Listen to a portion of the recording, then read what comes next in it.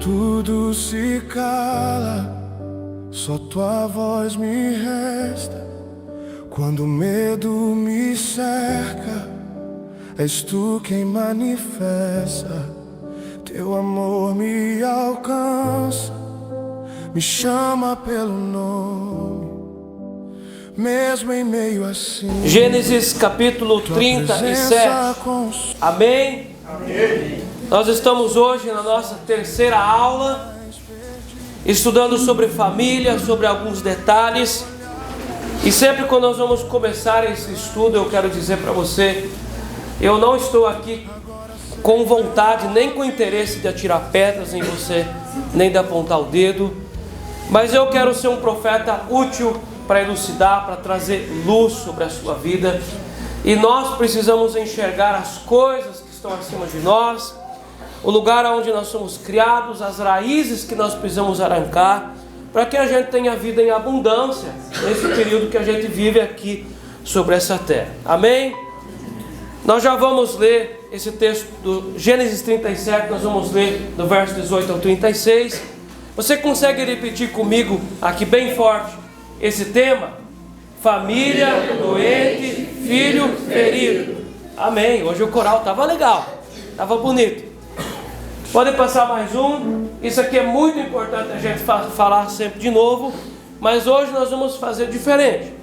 Eu vou sempre fazer a introdução do pai, depois da mãe, do casamento, e vocês vão me ajudar sempre com os 3 pontos. Vamos lá?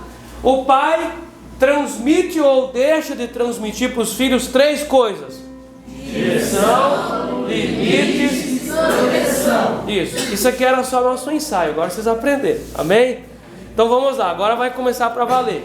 O pai, ele transmite para os filhos, ou deixa de transmitir, 3 coisas: direção, limites e proteção. E do nosso pai nós temos noção de missão. Na nossa mãe, transmite para nós, ou deixa de transmitir para nós, 3 coisas: vínculos, nutrição e organização. E da nossa mãe nós temos noção de submissão. Do nosso pai e da nossa mãe, do casamento do nosso pai e da nossa mãe, da união. Às vezes nem houve lá um casamento, mas nós temos um pai e uma mãe. Às vezes alguém foi criado por vô, por vó, por tia, mas tem um pai e uma mãe. Eu costumo dizer que a gente não nasceu de chocadeira. A gente nasceu de um homem e de uma mulher. Amém? Então o casamento dos nossos pais transmitiu ou deixou de transmitir 3 coisas: sexualidade, afetividade e companheirismo. E do casamento dos nossos pais nós temos a noção de equipe. Amém? Então dessas coisas juntas, que é o centro aqui, se elas estiveram dentro bem alinhadas ou desalinhadas, nós recebemos ou deixamos de receber 3 coisas: limites, afeição e liberdade. Ou nós recebemos esse entendimento de amor ou não recebemos isso aqui. Amém, gente? Pode passar mais um para nós. Então, quadros crônicos que deformam a família. Quais que são os quadros crônicos assim que deformam mesmo a família, traumatizam, deixa a coisa torta, bem deformada? Primeiro, não deixar pai e mãe. Antes de que houvesse pai e mãe sobre essa terra, Deus já falou para Adão: deixará, pois, o homem pai e mãe. É uma lei espiritual. Quem não deixa não pode se unir. Então, quando há um casamento e uma das partes não deixa pai e mãe, isso deforma a aliança do casamento. E isso existe dos 2 lados. Existem mulheres que não conseguem deixar pai e mãe, são emocionalmente ligados com pai e mãe. Existem também homens que são afetivamente, emocionalmente vinculados, ligados com pai e mãe, e não conseguem deixar pai e mãe. Então olha só que tristeza que é esse negócio quando um dos pares não consegue deixar pai e mãe. Ele não consegue se unir com o seu cônjuge. Existe conjunção carnal, né, na intimidade sexual, mas não existe afetividade, não existe entrosamento emocional no casamento, quando uma das partes se nega para deixar. Então, aquele homem, existe homem que não deixa pai e mãe, principalmente quando mora na mesma cidade.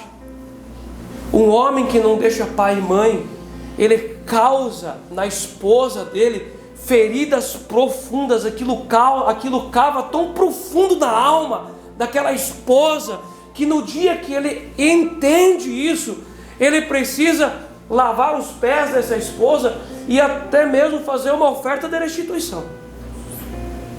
O tanto que isso prejudica a família, quando um dos pares não deixa pai e mãe. Existem mulheres que não deixam pai e mãe, principalmente quando está na mesma cidade, todo dia tem que ir lá no pai e na mãe.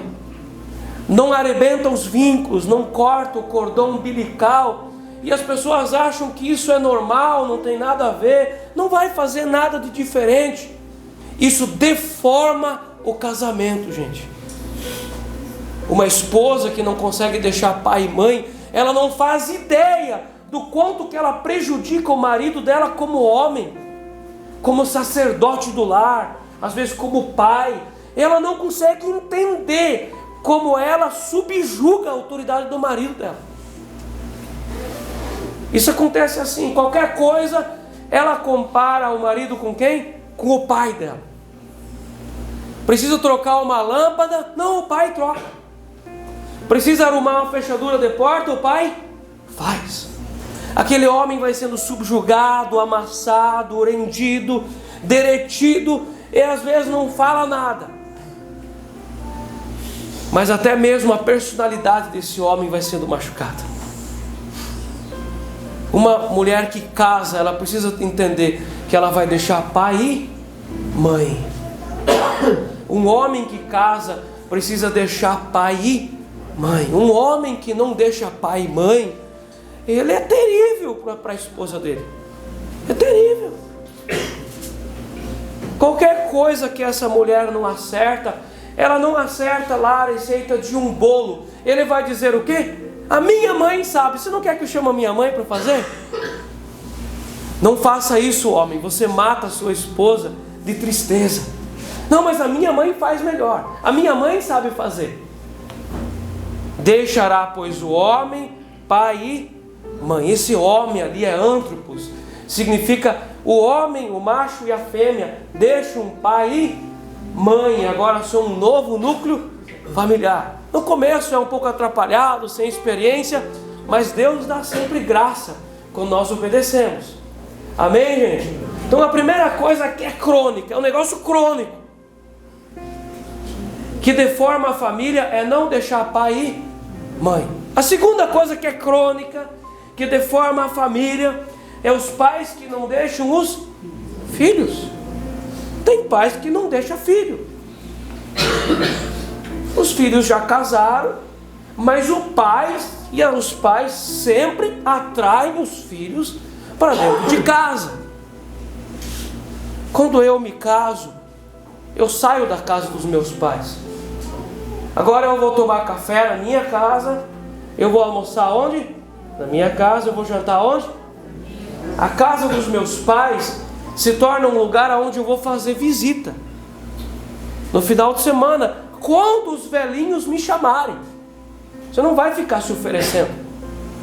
O papai e a mamãe sempre vão ser educados, né? Eles já vão chamar você no domingo para ir lá almoçar, vão fazer uma carne assada. Você almoça e você vai para casa. Os velhinhos sempre vão dizer: ah, mas fica mais um pouquinho. Mas na verdade eles querem que você vá para casa, eles querem dormir. Amém? Deixa de ser chato, xarope. Você almoça na casa da sua mãe quando eles chamam você, e depois você vai para casa, cara. Amém? E casa de vô e de vó não é creche, gente. O vovô e a vovó sempre vão ser educados, mas isso faz muito, muito mal para a criança, gente. Meus irmãos, faz muito, muito mal para uma criança se ela fica na casa do vô e da avó. Faz muito mal. Isso é contra a natureza familiar daquilo que Deus criou. E nós não podemos nos achar mais inteligentes que Deus. Vai dar errado. Isso deforma a família e deforma a descendência. Então papai e mamãe, depois que os seus filhos casaram, emanciparam, eles têm a renda deles, têm a família deles, não fica chamando o seu filho para tomar café todos os dias na sua casa. Não fica chamando a filha para almoçar na casa da sua casa. Ela tem a casa dela. Ah, mas ela trabalha tanto, é tão difícil para ela. Se vira, faz marmita. Compra um freezer grande, faz marmita, coloca lá. Você vem para casa, você esquenta a marmita. Ah, mas eu não concordo. Então não case. Fique na casa do seu pai e da sua mãe. Não case. É melhor você ficar lá deformado sozinho do que você deformar alguém junto com você. E essas deformações, elas são maldições. Então a primeira deformação crônica é não deixar pai e mãe. Irmãos, tem que deixar pai e mãe. Pai e mãe se tornam parentes. Se tornam parentes. Segundo, pais que não deixam os filhos. Terceiro, pais que se intrometem na vida conjugal dos filhos. Quantas histórias que nós já ouvimos de sogra. Você já ouviu história de sogra?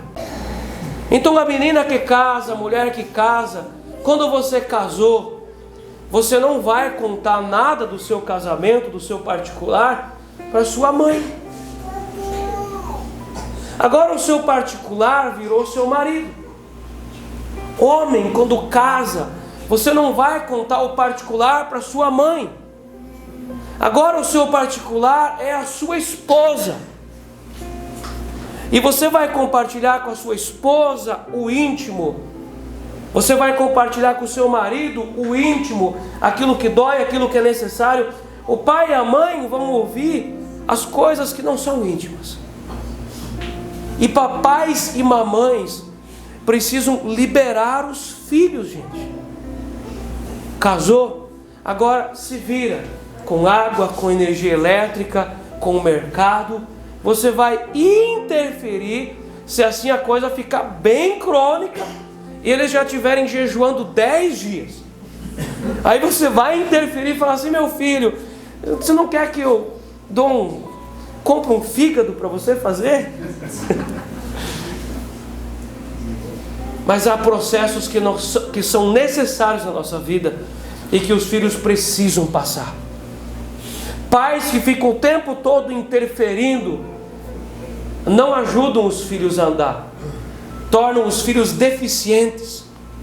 E muitos desses filhos começam a andar na vida, despachar na vida, fluir na vida, depois que os velhos morrem. Por que será? Porque os pais iam o tempo todo interferindo e não deixam os filhos criarem o seu próprio ambiente, sua própria estratégia de vida. Então, depois que os filhos casam, eles precisam se virar. Amém, gente? Senão você vai deformar os seus filhos. A não ser que você vai olhar lá e a sua filha está apanhando do marido dela. Em caso de relação sexual ilícita, em caso de violência doméstica, os pais precisam se interferir. Mas caso contrário, deixa se virar. Deixa se defender sozinho, vai ficar bom nisso aí. Meus irmãos, outra coisa que deforma o casamento, deforma a família. Casados que não amadurecem, né?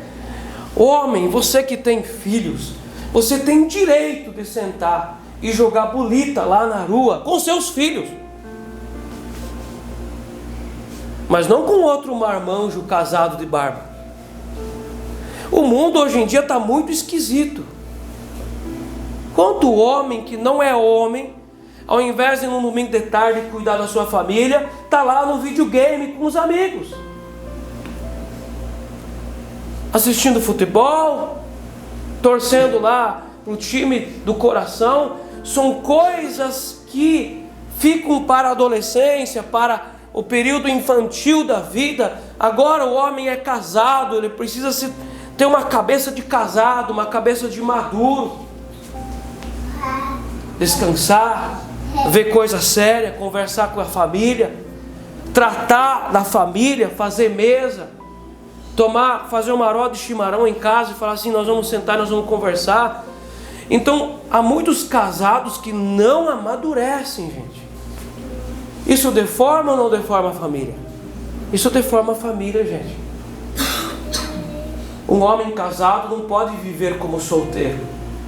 Uma mulher casada não pode viver como solteira. Muitos amigos do período de não casado não vão mais ser amigos daquele casal. Vão ser amigos daqueles que são amigos dos dois. Os restantes se tornam colegas e pessoas do passado.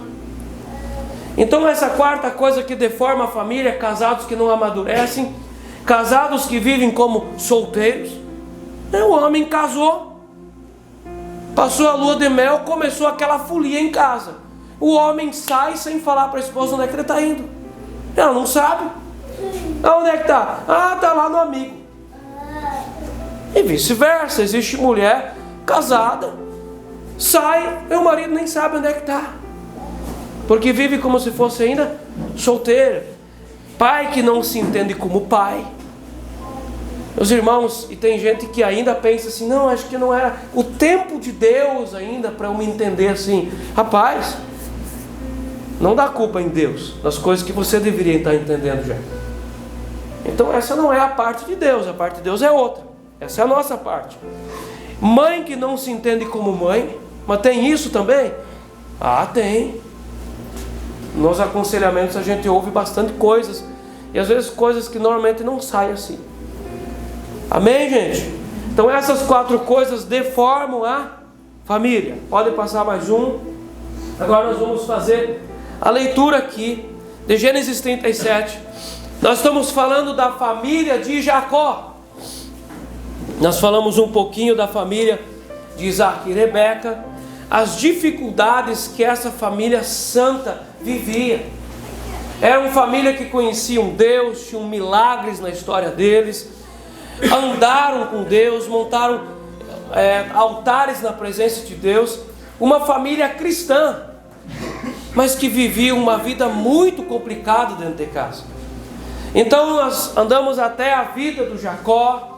E o Jacó também era um homem de Deus, conhecia Deus, confiava em Deus, levantava altares na presença do Senhor. Mas a família dele era uma família complicada. Ele era um pai complicado, que não conseguia trazer pacificação para os filhos viviam em rebeldia, um lar com muito ódio e com muita agressividade. E o texto inclusive diz que um dos desdobramentos complicados é que Jacó amava mais um filho em detrimento dos outros. Chegou a esse ponto. Então tudo isso vai acontecendo, verso 18 até o 36. Nós vemos aqui que os irmãos então escolheram, eles queriam matar José. 18, de longe o viram, e antes que chegasse, conspiraram contra ele para o matar. O desejo é matar, né? Irai-vos e não pequeis. Não se ponha o sol sobre a vossa ira. Então nós falamos aqui no culto passado que a ira é algo bom. A Bíblia diz que Deus se ira todos os dias, mas existe um prazo de validade para a ira. Não se põe o sol sobre a vossa ira. Você precisa se irar e logo precisa desaparecer essa ira. A ira é um mecanismo existente dentro da nossa alma que consegue detectar injustiça. A partir do momento em que você não se ira diante de uma injustiça, você fica indiferente diante de uma injustiça, algo está muito errado com você. Diante de uma injustiça, diante de algo muito injusto, nós vamos nos irar. Mas não se põe o sol sobre a vossa ira, e nem deis lugar ao diabo. Quando você se ira e você começa a deixar o sol se pôr sobre a vossa ira. Aí você vai dormir irado e acorda irado. Aí o outro dia passa o dia todo irado, vai dormir irado, acorda irado. Você dá lugar ao diabo. Quem dá lugar ao diabo? O diabo veio para matar, roubar e destruir. Então isso aqui não é um evento isolado que começou a existir naquele dia. Isso são coisas progressivas na vida de uma família, até que se chega nesse ponto de dizer: eu vou te matar. Se você não cumprir aquilo que nós combinamos, olha, você toma cuidado na rua onde é que você vai andar. A pessoa começa a prometer a morte. Isso aqui não acontece apenas entre os ímpios, às vezes com cristãos que leem a Bíblia, que oram e creem em Deus. E o cara começa de dormir com ira, acordar com ira, e chega num ponto e diz assim: eu preciso matar esse cara. Talvez nós já passamos por esse sentimento. Amém? Ainda bem que você não matou. Mas o Senhor Jesus diz: ouviste o que os antigos vos disseram, não matarás. Eu, porém, vos digo: aquele que no seu coração odiar alguém sem causa, já o matou. Então aquilo é progressivo. Existe ali um projeto de matar dia após dia. Verso 20: vinde, pois, agora, matemo-lo e lancemo-lo numa dessas cisternas, e diremos: um animal selvagem o comeu, e vejamos em que lhe darão os sonhos. Havia um projeto muito elaborado. Nós vamos matar ele, esconder ele no fundo de uma cisterna. No período das cheias, da chuva do deserto, enche aquela cisterna, desaparece o José. Mas eles queriam matar a vocação dele, os sonhos dele incomodavam eles. Verso 21: mas Rúben, ouvindo isso, livrou das mãos deles e disse: não lhe tiremos a vida. Também lhes disse Rúben: não derrameis sangue, lançai-o nessa cisterna que está no deserto, e não ponhais mão sobre ele. Isso disse para o livrar deles, a fim de o restituir ao pai. Mas logo que chegou José e seus irmãos, despiram-no da túnica, a túnica talar de mangas compridas que trazia. O que incomodava eles, gente, era duas coisas. Três coisas incomodavam ele. Três: que o pai amava ele mais do que os irmãos. Segundo, o irmão tinha uma vocação, ele tinha ali um ministério e eles não tinham. Terceiro, aquela túnica incomodava eles. O negócio deles era com aquela túnica. Quando você começa a deixar a ira entrar no seu coração, você começa a odiar uma pessoa e nem você sabe por que você odeia. Quando eles pegaram ele, a primeira coisa que eles fizeram era tirar a túnica. A túnica falava de governo, a túnica falava de autoridade, de ordem, falava de alguém que governaria. Vamos tirar a vocação dele. Verso 24: e tomando-o, lançaram na cisterna vazia, sem água. Então uma parte do plano já está sendo executada. 25: ora, sentando-se para comer pão, olharam e viram que uma caravana de ismaelitas vinha de Gileade. Seus camelos traziam aromatas, bálsamo e mira, que levaram para o Egito. Então isso aqui é uma coisa que nós precisamos guardar muito, gravar na nossa memória fotográfica e na nossa memória que nós vamos usar lá mais para frente para entender o texto. Enquanto que José estava lá no fundo dessa cisterna seca, clamando e pedindo por misericórdia, lá no capítulo 42 está isso. Eles mesmos, os irmãos, falam que ele clamava por misericórdia. Na beirada da cisterna eles sentavam e comiam pão. Eles estavam comendo pão enquanto eles negociavam o irmão, ou planejavam se o matar ou vender. O ser humano pode ficar tão indiferente e tão duro, mesmo criado na casa de uma casa cristã. Jacó, Raquel, Lia representam uma casa cristã. Esses filhos ficam tão endurecidos, tão enrijecidos, calcificados, a ponto de comerem pão enquanto negociam a vida do irmão, a ponto de comerem pão enquanto eles decidem: vamos matar ou vamos vender. Se nós não cuidarmos do nosso coração, nós podemos ficar desse jeito. Se nós não cuidarmos do nosso coração, Provérbios 4:23, de tudo que você vai cuidar e guardar, guarda o teu coração. Porque o nosso coração pode ficar endurecido para Deus, a tal ponto de nós irmos para o ateísmo. Aquela família era uma família endurecida com as coisas de Deus. Você imagina se alguém chega num ponto de estar no culto e os louvores não falar mais com a pessoa não sentir mais nenhum prazer, não sentir mais nenhum arrepio, nenhuma vontadezinha assim de se entregar, ouvir uma pregação, mas aquilo é indiferente, a pessoa é completamente fria para aquilo. Isso às vezes pode ter nascido em casa. Esses irmãos estavam desse jeito. O verso 26, o 25 traz essa informação, que era uma caravana de ismaelitas. Nós vemos aqui o encontro, onde o passado vai se encontrar nesse texto. Nós já vamos falar um pouco adiante sobre isso.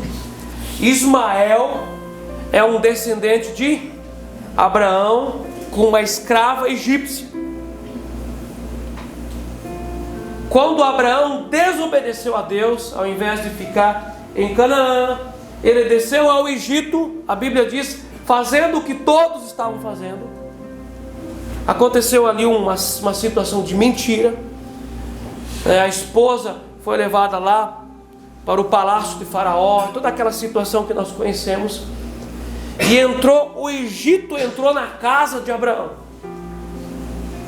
Agora a descendência do pai da fé com o Egito vai se tornar a morada do quarto patriarca. Ismaelitas aqui falam do inimigo, das coisas misturadas. A fé com o Egito, a fé com a idolatria, a fé com a superstição, a fé com o adultério. Ele vai ser vendido para os ismaelitas, que são da localidade de Midian. Verso 26. Então disse Judá a seus irmãos: de que nos aproveita matar o nosso irmão e esconder-lhe o sangue? Parece algo racional, mas na verdade eles estão diminuindo o valor deles. Não vamos matar, vamos vender. Por que não? Aqui que nós vamos aproveitar e matar o nosso irmão? Vamos vender. 27, 20. Vendamo-lo aos ismaelitas. Não ponhamos sobre ele a mão, pois é nosso irmão, é nossa carne. Seus irmãos concordaram. E passando os mercadores midianitas, os irmãos de José, o alçaram e o tiraram da cisterna e o venderam por 20 ciclos de prata. Aos ismaelitas, e estes levaram José ao Egito. Tendo Rúben voltado à cisterna, eis que José não estava nela. Então rasgou as suas vestes e voltando aos seus irmãos disse: não está lá o menino, que eu para onde irei? Então tomaram a túnica de José, mataram um bode e o molharam no sangue. A túnica fala da vocação, do ministério dele, fala da vocação, da autoridade, do governo de José, daquilo que Deus tinha dado para ele. Nós vamos molhar essa túnica com sangue de bode, verso 32, e enviaram a túnica talar de mangas compridas. Fizeram-na levar a seu pai e lhe disseram: achamos isto, vê se é ou não a túnica de teu filho. Eles induziram o pai, manipularam o pai, para ele entender o quê? O que eles quiseram que ele entendesse? Eles não disseram para o pai: olha, um animal selvagem matou José. Eles não disseram. Eles mandaram a túnica com sangue, induzindo o pai a achar o quê? O que o pai deveria entender? 32. Enviaram a túnica talar de mangas compridas, fizeram-na levar a seu pai, lhe disseram: achamos isto, vê se é ou não a túnica de teu filho. Ele a reconheceu e disse: é a túnica de meu filho. Um animal selvagem o terá comido. Certamente José foi despedaçado. Nós vemos a vida toda Jacó lidando com mentiras, certo ou não? Jacó nasceu numa família, Isaac e Rebeca lidavam mentindo. Tem família, gente, que o tempo todo se mente. Às vezes pequenas coisas. Às vezes não é uma história comprida, mas são pequenas coisas. O marido fala pequenas mentiras para a esposa, uma meia verdade, uma história não concluída, induz ela a pensar alguma coisa. Tem famílias que a índole é uma índole de mentira. Jacó a vida toda teve esse problema. Agora está vindo sobre ele, e ele foi induzido a ele mentir para ele mesmo. Ele vai mentir para ele. O José estava morto, o José foi comido por um animal, mas ele vai mentir para ele. Então todo aquele que é mentiroso, chega um dia que ele mente também para ele. Ele acredita nessa versão. O Jacó vai começar a viver debaixo de uma versão de mentira que ele mesmo escolheu crer.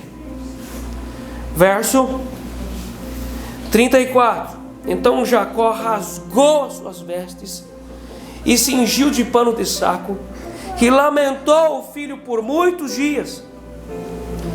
Levantaram-se todos os filhos e todas as suas filhas para o consolarem. Ele, porém, recusou ser consolado e disse: chorando descerei a meu filho até a sepultura. E de fato o chorou o seu pai. O Jacó deixou ser consolado? O Jacó está dizendo aqui: eu nunca deixarei de ser, nunca vou ser consolado pela perca do meu filho. Eu vou levar o filho para o túmulo, eu não vou entregar ele. Eu nunca vou admitir a morte do meu filho. Verso 36. Entre mentes os midianitas venderam José no Egito a Potifar, oficial de Faraó, comandante da guarda. Então nós vemos aqui uma verdade que nós já vimos no culto passado. O pai que empurrou o próprio filho para desgraça. O sistema de governo de Jacó foi empurrando essa situação. E nós chegamos num ponto que nós vamos concluir que não poderia ter sido diferente. Amenizou aqui o problema, porque eles não mataram, mas eles quiseram matar. Deus tinha um projeto com José. Por isso que Deus não admitiu que fosse morto. Mas Jacó empurrou o seu filho para essa situação. Irmãos, os pais empurram os filhos para os montes ou para as covas. Os pais que empurram. Todos nós aqui já ouvimos pelo menos uma vez alguém se queixar que os filhos não vão bem na vida e dizer: aonde foi que eu errei? A culpa é de Deus? Não dá para dar culpa em Deus. Então, da onde essa criança veio, aonde ela foi gerada, existe sim uma explicação. É a força dos pais. Os pais empurram ou para cima ou para baixo. E nós vamos ver que há nesse texto, dentro dessa história, um negócio que perpetuando a orfandade e a dor genitora. Quando Jacó teve que fugir de casa, nós vamos ver que ao mesmo tempo que Jacó teve que fugir, nesse mesmo tempo Esaú também saiu de casa. Isaac e Rebeca perdem os 2 filhos por causa desse problema familiar. Amém? Você está entendendo? O coração daquele pai, daquela mãe, deve ter ficado muito, muito dolorido. Aonde está Jacó? Será que aquela mãe não ficou muitas noites chorando, clamando por misericórdia, falando: Deus, onde está meu filho? Será que ele está bem? Será que ele está morto? Será que ele conseguiu chegar na casa de Labão? O que porventura tem acontecido com meu filho? Jacó se tornou um órfão, desprotegido. Agora está na casa do tio dele. O tio dele engana ele, dando para ele uma esposa ao invés da outra. Ao invés de trabalhar 7 anos, escraviza ele, trabalhando 14 anos. Lhe muda várias vezes o salário. É como se não tivesse ninguém por Jacó. Uma criança sem pai, sem mãe, é uma criança vulnerável. Não tem ninguém nesse mundo que pode cuidar de uma criança como pai e mãe cuidam. Jacó se torna um órfão. Agora nós vamos ver essa mesma história se perpetuando na próxima geração, com a vida de José. José agora vai se tornar um órfão, com 17 anos, mais órfão. Ele ainda precisava do pai e da mãe dele. Ele ainda precisava de uma família. Ele ainda precisava dos conselhos da casa, perpetuando a orfandade e a dor genitora. Talvez da mesma forma como Isaac e Rebeca choraram porque um filho foi embora de casa e não sabiam aonde ele estava, da mesma forma agora Jacó vai chorar. E ele mesmo diz: eu não vou parar de chorar, tamanha é a minha dor. Talvez você nunca parou para você analisar como é a tua história. As pessoas às vezes não param para analisar que cada geração vai se repetindo muitas coisas numa família. Você parou já para analisar isso? A bastardia, a orfandade, a questão dos abortos, a questão da violência doméstica, a questão de casamentos sem aliança ou uniões sem aliança. Às vezes, de uma geração para outra, todas as famílias começam a perpetuar essa iniquidade, e aquilo vai de geração para outra, levantando altares aonde demônios vão parasitar a vida dessa pessoa ou a vida dessa família. Satanás se faz como anjo de luz. As pessoas acreditam que quem está sugando elas é Deus, quem está vindo buscar essa adoração é Deus, e elas vivem debaixo de uma perdição muito grande, e às vezes dentro da igreja. Amém? Nós estamos conseguindo entender? Tranquilo? Então o que acontece aqui é perpetuando a orfandade e a dor genitora. Um pai chorando. O que está se repetindo aqui é Esaú querendo matar Jacó. Essa é a repetição. Os irmãos querendo matar José. Assim como Esaú ameaçou o Jacó, agora os irmãos vão vender o José e provocar essa coisa terrível na vida do José. José tinha alma, José tinha espírito, ele tinha sentimentos. E aquilo deve ter cavado tão profundamente nos sentimentos dele, essa situação tão traumática. Os irmãos vendendo ele. Amém? José foi jogado em uma cisterna vazia.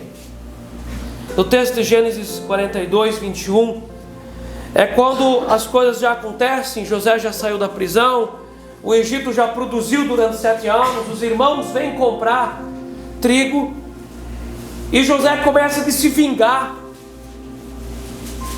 Ele prende os irmãos, e ele ouve os irmãos falar: nós fizemos mal para o nosso irmão. Quando ele clamava na cisterna, nós não ouvimos ele.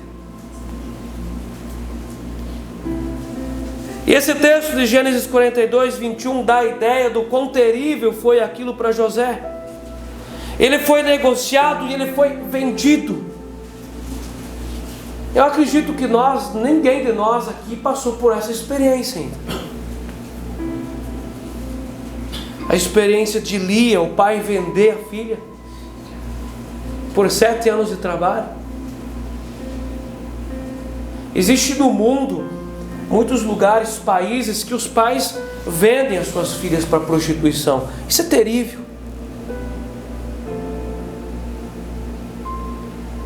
Olhem os filhos, e para aqueles pais, os filhos não são uma alma, são um corpo que vai trazer dinheiro para casa. Um jumento de carga, alguém que vai ajudar a alimentar a família. Ele foi negociado e vendido. Essa cena é um encontro dos passados, quando os resultados do ontem influenciam os acontecimentos do hoje. A ideia grega é uma ideia de passado, presente e futuro. Na filosofia grega nós estamos colocados, o futuro está na nossa frente e o passado atrás. Filosofia grega. Dentro da teologia judaica, os judeus sempre entendiam que nós estamos sempre diante do nosso passado. O futuro não existe. Nós estamos todos os dias diante do nosso passado. Aquilo que nós praticamos no passado, que é a iniquidade, está nas nossas portas todos os dias. Então a pergunta é: aquilo que os pais fazem de pecaminoso, iníquo, pode afetar a vida dos filhos? Pode. José tinha culpa do que estava acontecendo com ele? Não. Mas isso foi gerado pelos pais dele, isso foi gerado pelos avós dele. Depende que teologia que vai ouvir essa pregação, eles vão até começar a renunciar. Eu renuncio isso, está amarrado. Mas a Bíblia é muito clara que aquilo que os pais fazem de mal, de maligno, de iníquo, afeta os filhos. Da mesma forma também, aquilo que os pais fazem, que é louvável, que é honroso, é também uma herança sobre os filhos. José agora foi colocado debaixo de uma iniquidade que o pai dele gerou. E nós precisamos estar atentos sobre isso, gente. Deus é um Deus geracional. As genealogias nas Sagradas Escrituras não estão lá por acaso. Deus está nos comunicando que Ele trabalha por meio de genealogias, por meio de pais e filhos. Os passados sombrios dos pais podem recair sobre a vida dos filhos. Pode passar mais um. E José é vendido ao Egito. Dentro disso nós encontramos o texto de Paulo aos Gálatas, capítulo 5, verso 7. Não vos enganeis, de Deus não se zomba, pois aquilo que o homem semear, isso também ceifará. Nós podemos, por meio de um ato profético, fazer desligamentos. de maldições hereditárias e coisas iníquas, nós podemos fazer isso. Mas enquanto que isso não foi feito, está lá sobre a pessoa aquela iniquidade. Vamos ler junto esse texto aqui de Gálatas 5:7. Vamos lá bem forte. Não vos enganeis, de Deus não se zomba, pois aquilo que o homem semear, isso também. Jacó estava colhendo aqui, nesse texto. Como se chama quando uma esposa perde o marido? Como se chama isso? Viuvez. Como se chama quando um marido perde a esposa? Viuvez. Como se chama quando um filho perde os pais? Orfandade. Como é o nome de quando um pai perde um filho? Não tem nome. Não existe nome para isso. De tão doído que é isso. Assim como Rebeca perdeu um filho, agora Jacó perde um filho. De Deus não se zomba. Aquilo que o homem semeia, ele vai colher. Existem coisas que não têm retornos.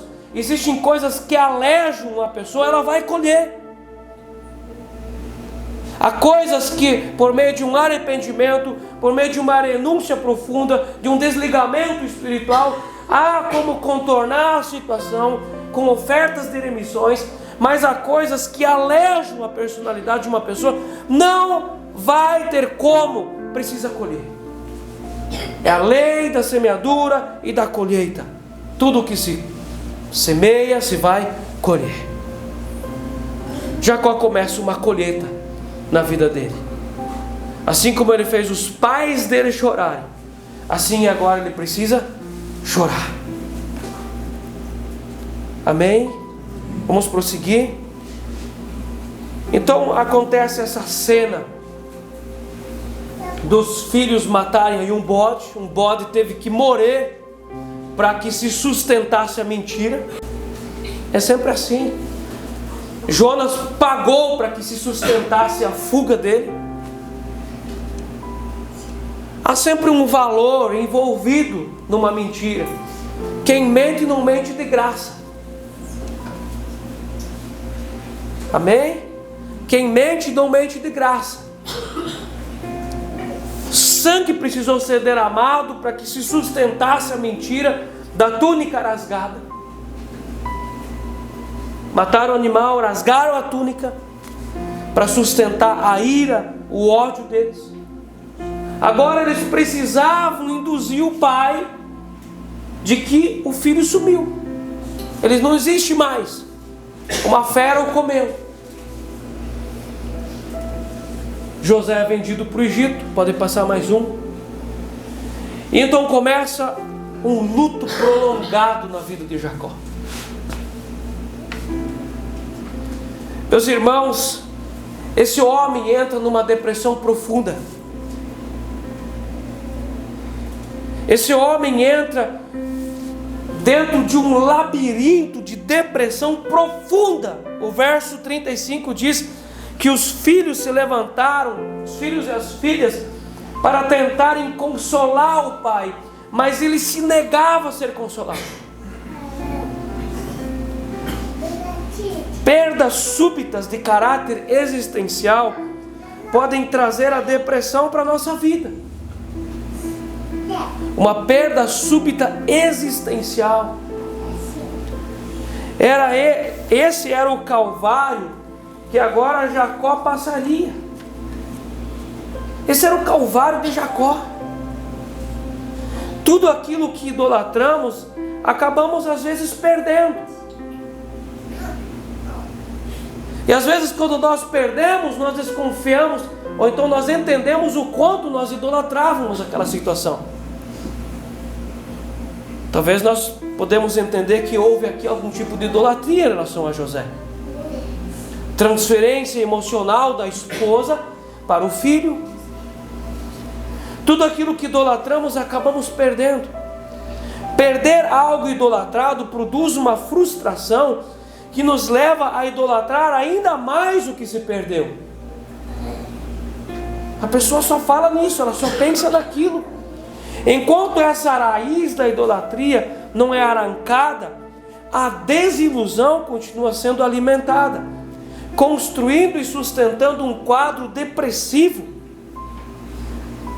A única forma de vender ou de vencer essa desilusão é crucificando essas perdas. Nós precisamos crucificar as perdas.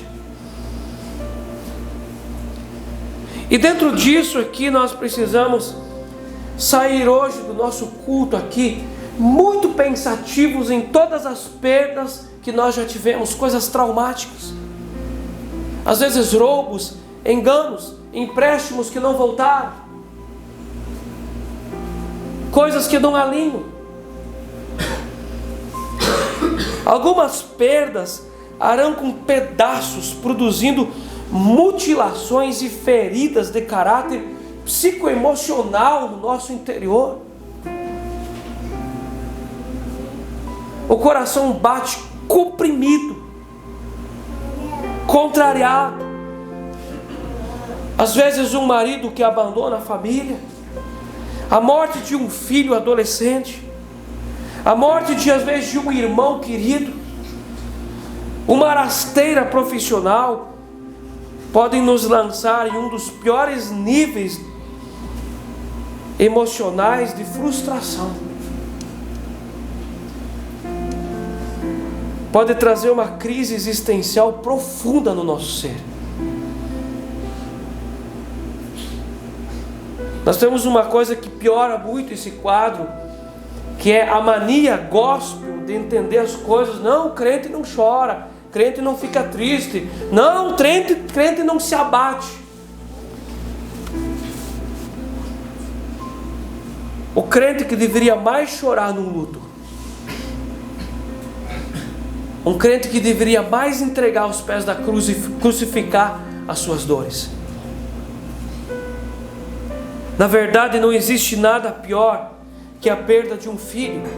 Jacó estava agora nessa depressão profunda, se negando que alguém o consolasse. Nós sabemos que o próprio Deus passou por isso. Deus perdeu um filho. Perdeu ou não perdeu? Deus perdeu um filho. Deus sabe o que é isso. Perdeu o seu filho, a humanidade assassinou o Filho de Deus. Por isso Ele não apenas sabe como nos consolar, mas literalmente apresenta-se como pai de órfãos e juiz das viúvas. Um dos grandes segredos da saúde emocional reside na capacidade de renunciar às perdas. Para a gente entender se nós temos saúde emocional ou nós estamos emocionalmente doentes, nós precisamos avaliar como nós administramos as nossas perdas. Nós conseguimos entregar, crucificar na cruz isso? Ou nós ficamos pendurados por anos em uma situação dessa? Um dos grandes segredos da saúde emocional reside na capacidade de renunciar essas perdas. Precisamos entender o princípio do luto. O luto prolongado de José. Precisamos aprender a entregar as nossas perdas para continuar a vida. Um luto pode variar entre 30, 60 dias. Alguns lutos podem ir um pouquinho mais. Existe um tempo dentro desses limites para chorarmos e descarregar o abalo emocional, para depois retornar à nossa trajetória, sem carregar o morto conosco nas nossas costas.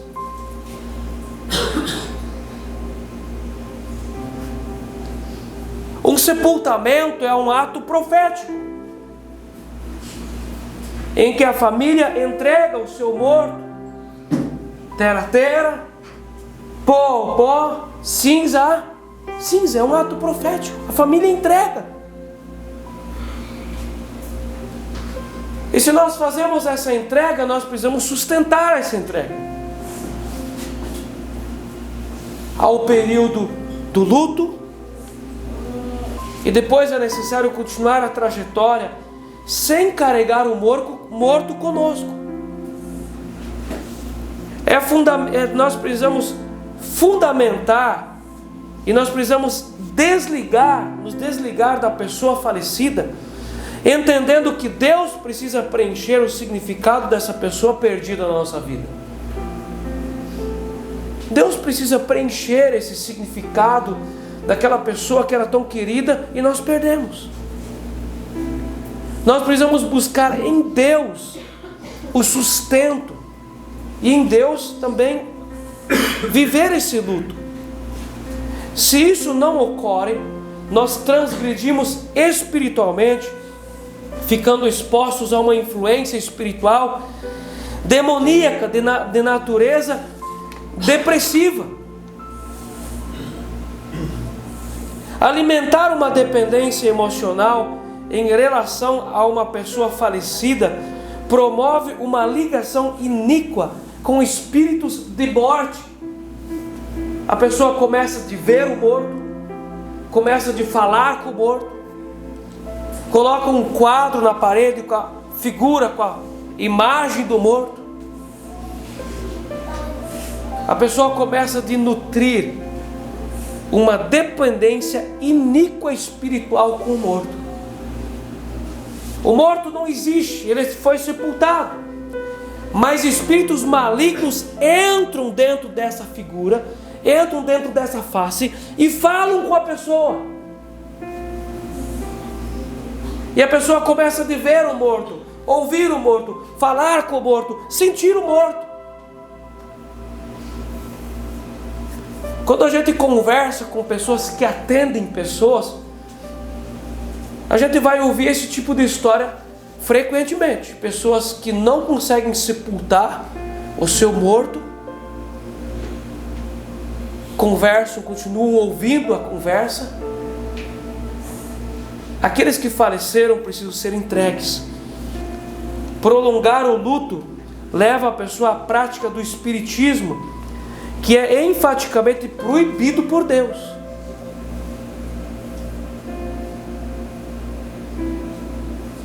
Começam a orar pelo morto,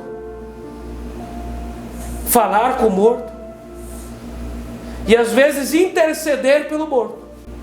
Olha, não sei aonde você está, mas eu peço que você rogue por mim. E às vezes essa pessoa está dentro de uma igreja evangélica,